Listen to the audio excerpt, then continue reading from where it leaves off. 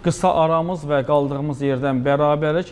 Studiyamın dəyərli bir qonağı var, təqdim etmək istərdim. Belə ki, öz həyatı ilə hər kəsə örnək olacaq və öz həyatındakı çətinlikləri aşmış bir dəyərli şəxs qonağımızdır. Nəzməddin Fərz Aliyev. Xoş gördük Nəzməddin bəy, hər vaxtınız xeyir olsun. Çox sağ olun, təşəkkür edirəm. Nəzməddin bəy bugün bizə kitablarla gəlib deyəsən. İstərdim özünüzü bir tanıdasınız bizə baxanlara, ardından sizə bolca suallarım olacaq. Çox sağ olun, təşəkkür edirəm. Mən belə özümü tanıdım ki, insanlara öz həyatı ilə örnək olacaq və eyni zamanda motivasiya verəcək bir həyat yaşamışam.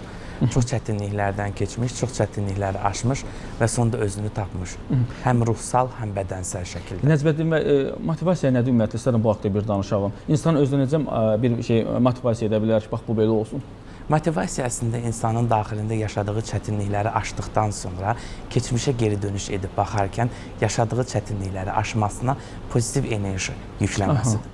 Yəni ki, mən bu çətinliyi aşdım, necə aşdım, hansı şəkildə aşdım deyərkən onu pozitiv enerjiyə çevirib motivasiya edə bilərik.